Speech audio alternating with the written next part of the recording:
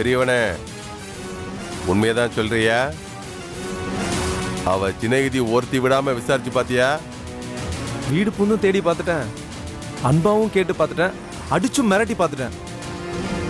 ஒருத்தருக்கும் காயத்ரி பத்தி தெரியல. அவ யாரையும் தேடி போலப்பா. ஒரு பொட்ட புள்ள திமிர் எடுத்து இப்படி வீட்டை விட்டு ஓடி போயிருக்க. இன்னும் 10 நாள்ல கல்யாணம்.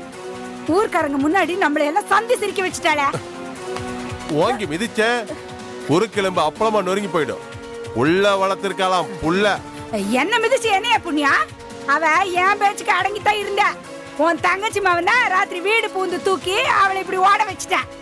எல்லா குடும்பத்திலயும் பிள்ளைங்க பிறந்தா உன் பரம்பரையில தொல்லையில பிறக்குது. ஏய் நிறுத்திடி. இருக்கிற கோவத்துல உன்னை 2 துண்டா வெட்டி வீசி போடுவேன். தம்பி வேற எதுவும் இல்லப்பா. மோசம் போயிடுவோமா? காயத்ரிய இந்த ஊரு சந்து பொந்தெல்லாம் சலிச்சு பார்த்தாலும் கிடைக்க மாட்டா. அவ நம்ம எல்லைக்குள்ளேயே இல்லமாமா. ஓடி போயிட்டா. ஊரை விட்டு எங்கேயோ கண்காணாத தூரத்துக்கு ஓடி போயிட்டா.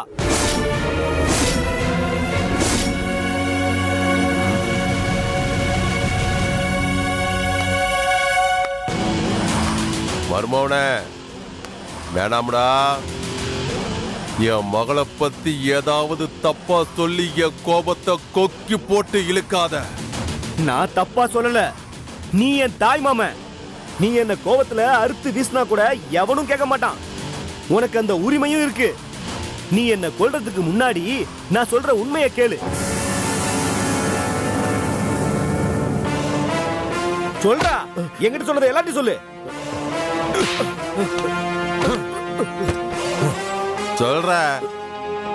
சொல்றேங்க ஐயா. ஐயா நேத்து 2வது ஆட்ட சினிமா பார்த்துட்டு வரும்போது சைக்கிள்ல நான் திரும்பி வந்துட்டு இருந்தேன். அப்ப நம்ம ஊருக்குள்ள இருக்கிற பஸ் ஸ்டாண்டை நோக்கி உங்க மகன் போயிட்டு இருந்தாங்க ஐயா. அத நான் பார்த்தேங்க ஐயா.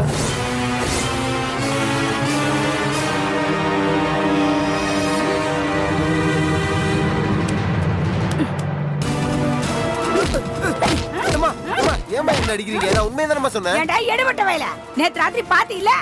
அப்ப உடனே ஓடி வந்து எங்க கிட்ட எல்லாம் சொல்லிருக்கலாம் இல்ல? உங்க மகளை வெளியூருக்கு போக அனுப்பி இருக்கீங்களோன்னு கொஞ்சம் குழப்பத்துல இருந்தேன்.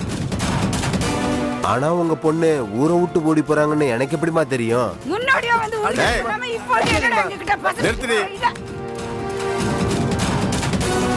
இவனை அடிச்சா மட்டும் ஓடி போன உன் மவ உங்ககிட்ட திரும்பி வந்துட போறாளா? டேய் நீ எத்தனை மணிக்கு பார்த்த? 1:30லேருந்து 2க்குள்ள இருக்கும். சரவணா 1:30 மணிலேருந்து 2 மணிக்குள்ள நம்ம ஊர் பஸ் ஸ்டாண்ட்ல இருந்து என்னென்ன பஸ் கிளம்பிச்சுன்னு பாரு. அது போய் சேர்ற வழியில எந்தெந்த ஊர் வருதுன்னு சொல்லி விசாரி. அம்புட்டு ஊருக்கு ஆள் அனுப்பு. நீயும் பாண்டியும் போங்க. அவ எந்த ஊருக்கு போயிருந்தாலும் சரி, நாளைக்கு அவளுக்கு பொழுது விடுகிறது நம்ம ஊராதாண்டா இருக்கணும்.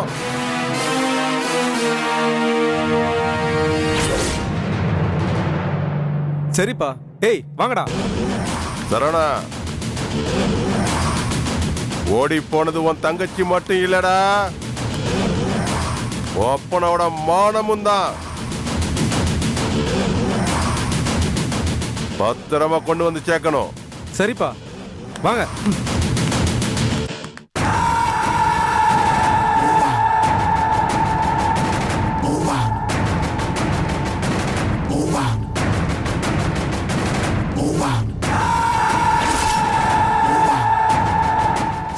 எதிர்த்து பேச முடியாதுன்றது சரிதான். அதுக்காக எதுவுமே செய்ய முடியாதுன்னு இல்ல காயத்ரி. ஏதாவது ஒரு யோசனை பண்ணுவோம். கல்யாணத்தை கண்டிப்பா நிப்பாட்டிடலாம்.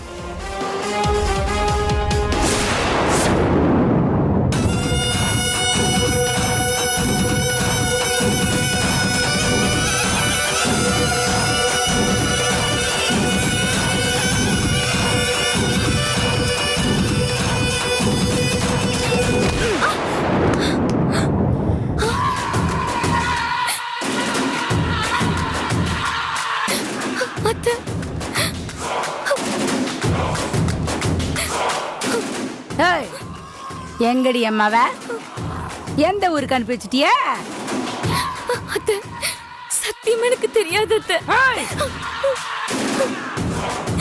எங்கிட்டயும் உன் ஏமாத்து வித்தியா காமித்தியா? நீயும் அவளும் கூட்டு களவாணி கிடையே. ஏற்கனவே கல்யாணத்தை நிறுத்த திட்டப்பட்டவளுக்கு தானே. அத்தை, அதெல்லாம் அப்பவே நடக்காதுன்னு தெரிஞ்சிடுச்சு அத்தை. இனி அந்த மாதிரி நினைக்க கூட வேண்டான்னு காயத்ரிக்கு நான் அறிவுரை தான் சொன்னேன். அழுது பசப்பதறிய. உன்னைய கொல்றதுக்குள்ள நீயா சொல்லிவிடு. நீ தானே காயத்ரி அனுப்பி வச்ச? எந்த ஊருக்குடியே? உன் அப்பா வீட்டுக்கா இல்ல உன் சொந்த பந்த வீட்டுக்கா? எங்க அனுப்பினன் மரியாதைய சொல்லிடுறீ. அத்தை, என்னை நம்புங்க. நான் கும்பிடுற சாமி சத்தியமா சொல்றேன். காயத்ரி எங்க போனான்னு எனக்கு தெரியாது. உனக்கு தெரியாது? ஏய், என் புள்ளையும் மருமகனும் ஊருக்குள்ள படைய அனுப்பி தேடிக்கிட்டு இருக்காங்க.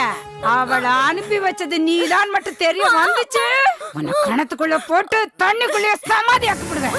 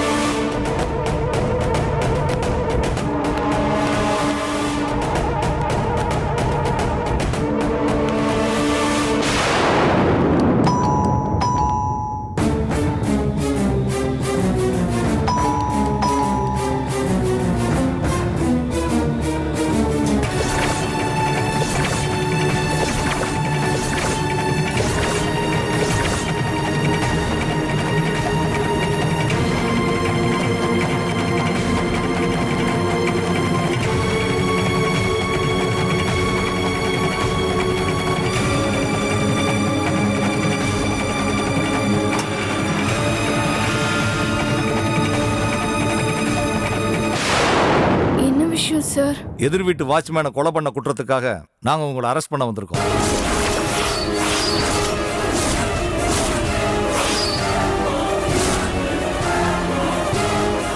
என்ன சார், என்ன பேசிட்டு இருக்கீங்க? நான் வாட்ச்மேனை கொலை பண்ணேனா? என்னங்க சார்? இந்த கத்தி யாரோடது? உங்களோடது தானே?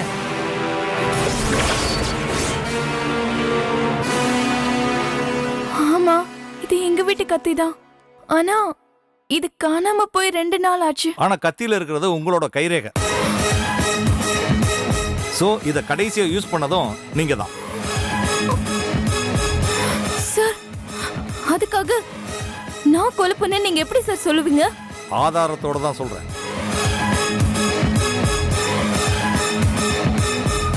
இவங்க யாருன்னு ஞாபகம் இருக்கா? இவங்க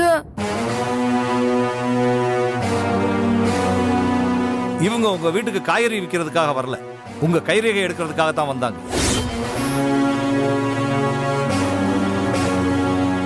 நீங்க இவங்களுக்கு தண்ணி கொடுத்த டம்ளர், இதுல இருக்கிற கைரேகை, உங்க கத்தியில இருக்கிற கைரேகை, கொலை செய்யப்பட்ட வாட்ச்மேன் இருந்த வீட்டோட கேட்டு, சுவரு, அதுல இருந்து எடுக்கப்பட்ட கைரேகை எல்லாமே ஒண்ணுதான். உங்களோட கைரேகை தான் அது. இந்த எல்லா ஆதாரங்களுமே நீங்க தான் கொலை செஞ்சீங்கன்னு சொல்லுது.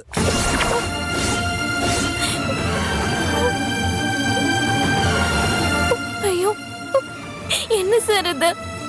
நான் எதுவுமே பண்ணாம என்னோட கைரேகை எப்படி அங்க இருக்கும்? முதல்ல நான் எதுக்கு சார் அவரை கொலை பண்ண போறேன்? அத நீங்க தான் சொல்லணும். நீங்க தான் கொலை பண்ணீங்கன்றத நாங்க கண்டுபிடிச்சிட்டோம்.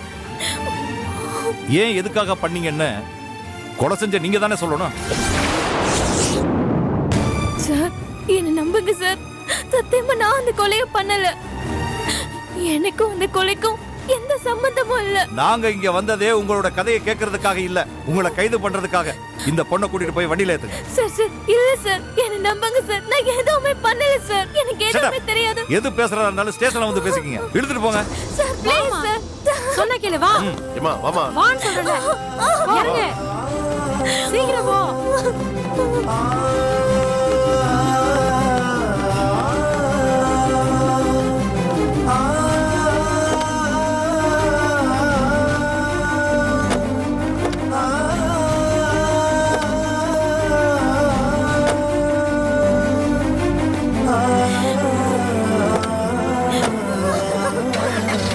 இவங்க ஹஸ்பண்டுக்கு ஃபோன் பண்ணி சொல்லி ஸ்டேஷனுக்கு வர சொல்லுங்க. Okay sir.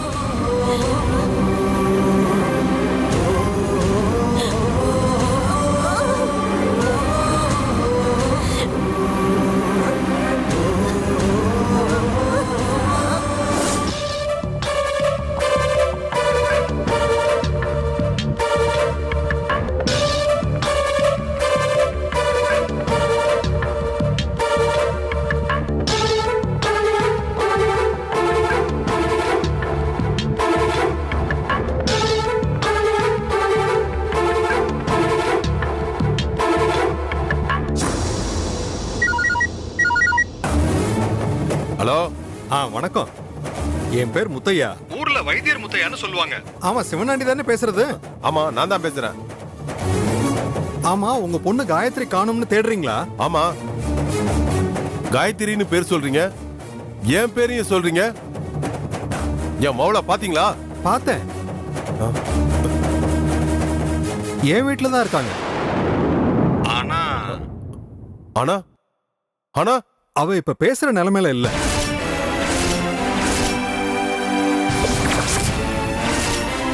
என்ன சொல்றீங்க?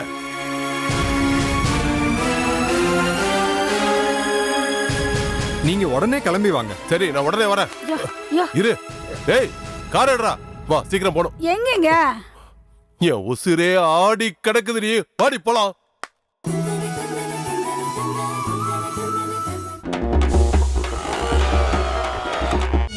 ஹேண்ட்ல கேன்ல ஏறு, ஐஸ் ஃபுல்லா dear, empty tank, river come, knife reverse gear, Bengaluru, oh my love, you shot me பவு.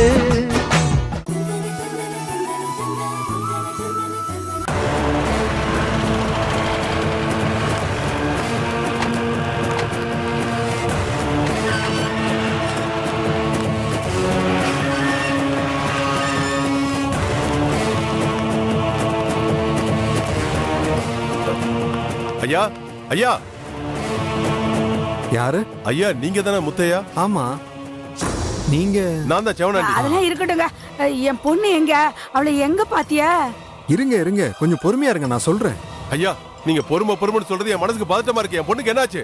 உங்க பொண்ணு தற்கொலை பண்ணிக்க முயற்சி பண்ணிருக்கா.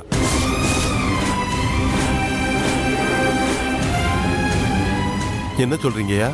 வெறுத்து போய் சாகணும்னு முடிவெடுத்து ஓடி போயிருக்கா. போற வழியில கல்லு தடுக்கி கீழே விழுந்திருக்கா.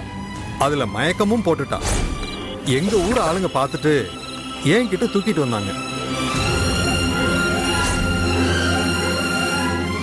ரொம்ப சிரமப்பட்டு தான் அவளை பொழைக்க வச்சிருக்கோம். உசுருக்கு இருக்கிற ஆபத்து நீங்கினதுக்கு அப்புறமும் மயக்கம் என்னன்னு தெரியல. முழுசா ஒரு நாள் மயக்கத்திலே கிடந்தா. அப்புறம் தான் கண்ணு முழிச்சா.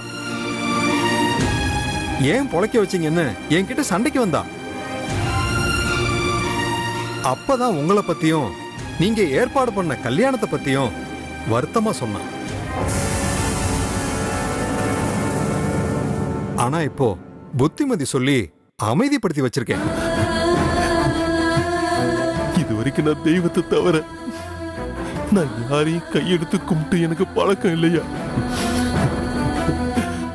முதல் முறையா உங்களை நான் கும்பிடுறையா. சாவுக்கு பக்கத்துல இருந்து என் மகளை யமனோட போராடி மீட்டு கொண்டு வந்திருக்கீங்க. இத நான் சாகுற வரைக்கும் மறக்க மாட்டேயா.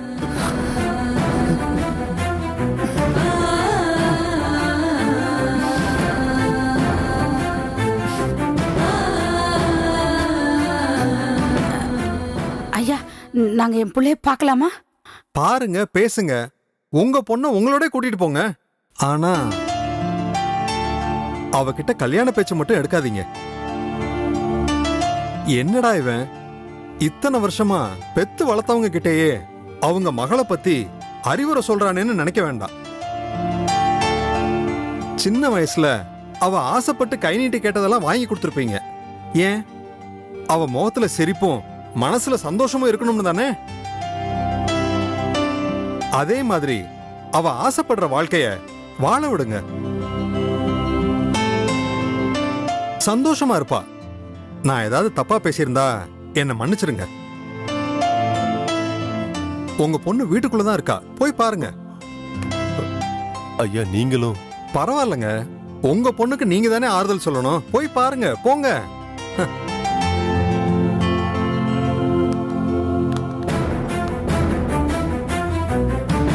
காயத்ரி, காயத்ரி, காயத்ரி, காயத்ரி, காயத்ரி.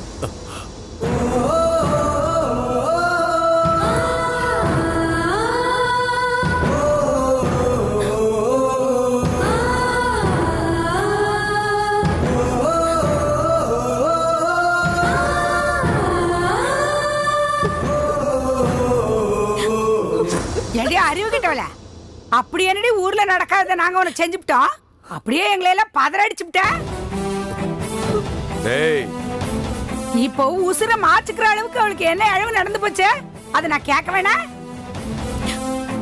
இன்னொரு வார்த்தை உன் தொண்டைக்குழியில இருந்து வந்துச்சு, சங்க ஒதுக்கி விடு. பேசாத. வாப்பா, வாடா காயத்ரி.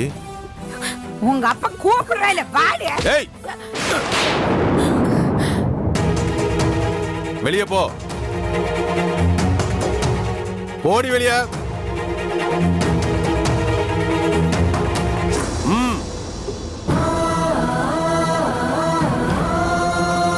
காயத்ரி, அப்பாட்ட வாடா. காயத்ரி,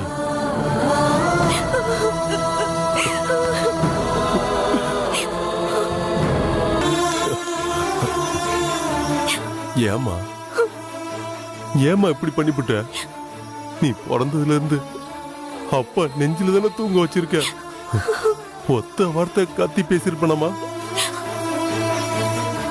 உன்னை அடிச்சிருக்கனா? ஆத்தா ஆத்தான்னு என்ன பெத்தவளை விட அதிகமா ஒன்னத்தானே நான் கூப்பிட்டுருக்கேன். தெரியும்பா, எனக்காக என் அப்பா உயிரை கூட தருவாருன்னு.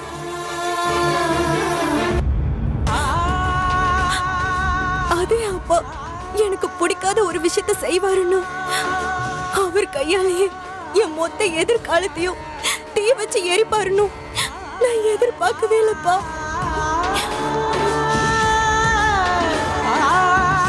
இந்த கல்யாணம் ஏற்பாடு பண்ணி நான் உங்க மேல வச்சிருந்த எல்லா நம்பிக்கையையும் நீங்க கொன்னுட்டீங்கப்பா.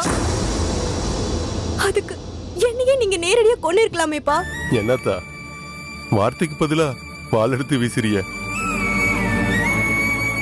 நீ சொந்தத்துல வாக்கப்பட்டா நாளை பின்ன எந்த பிரச்சனையும் வராதுன்னு தான், நீ சந்தோஷமா இருப்பேன்னு தான் இந்த கல்யாண ஏற்பாடையே செஞ்சம்மா. இல்லப்பா, இல்ல இல்லப்பா, இந்த கல்யாணம் நடந்தா நான் சத்தியமா நல்லா இருக்கவே மாட்டேன். எனக்கு அவனை பிடிக்கலப்பா. நீங்க இந்த கல்யாணத்தை நடத்தினதுக்கு அப்புறம் சாகணுமா இல்ல இப்பவே சாகணுமா? ஏங்க எப்படி பேசுற? நீ சாகிறதுக்காகவா பெத்து வளர்த்தோம்? இப்ப என்ன, உனக்கு இந்த கல்யாணம் வேணாம் அப்படித்தானே?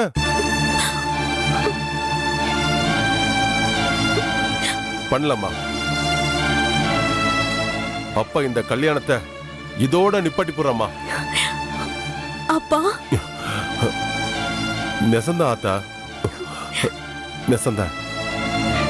உனக்கு பிடிக்காத விஷயத்த திணிக்க மாட்டேன்.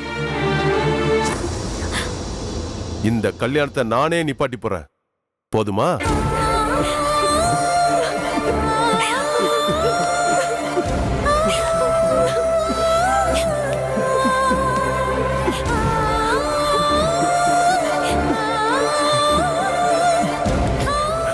அழுகாதடா, அழுகாத. வா, நம்ம வீட்டுக்கு போலாம்.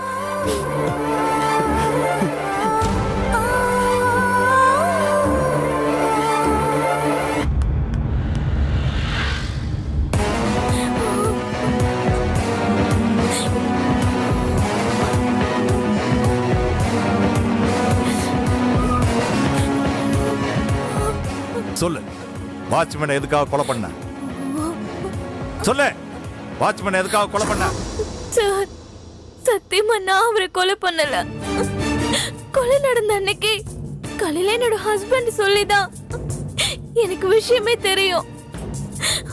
இதுதான் உண்மை. இத பார், நீ ஒரு பொண்ணு, அதுவும் கர்ப்பிணி பொண்ணு. அதனால தான் உன்னை உட்கார வச்சு மரியாதையா பேசிக்கிட்டு இருக்க. இல்லைன்னா உன்னை விசாரிக்கிற விதமே வேற மாதிரி இருக்கும். உடம்புல உசுறு மட்டும்தான் மிச்சம் இருக்கும். அடிச்சு எலும்புலம் நொறுக்கி போடுவாங்க. அந்த மாதிரி ட்ரீட்மெண்ட்லாம் உனக்கு தேவையா? மரியாதையா உண்மையை சொல்லு. ஐயோ சார், நான் உண்மையை தான் சொல்லிட்டு இருக்கேன். நீங்க தான் நான் சொல்றத நம்ப மாட்டேங்கிறீங்க. அந்த வாட்ச்மேனை நான் சத்தியமா கொலை பண்ணல சார். சார், இவகிட்ட வாயில பேசலாம் தப்பு சார். என்கிட்ட விடுங்க. 10 நிமிஷத்துல எல்லா உண்மையும் சொல்ல வைக்கிறேன். சொல்லுடி. ஏய், நீ ஏன் உண்மையை சொல்றியா இல்ல உன் தோலை உரிக்கட்டுமா? எனக்கு தெரியவே தெரியாது. நான் சம்பந்தப்படாத ஒரு விஷயத்தை பத்தி சொல்லனா நான் எப்படி சொல்ல முடியும்? ஏய், சொன்னதே திருப்பி திருப்பி சொல்லி எங்களை முட்டாளாக்க பாக்குறியா? சொல்லு. சார், நிறுத்துங்க சார்.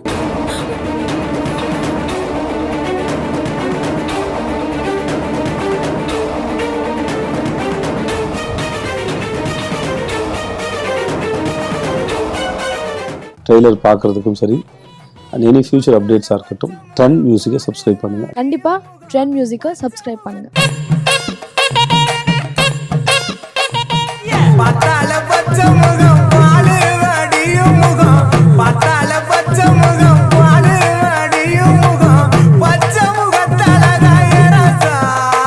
ஆண்டிப்பட்டி கனவா அழகாவா இருக்கு. அழகு நிறத்திலேயே உருவத்திலேயே கிடையாது, செய்யற செயல்ல இருக்கு.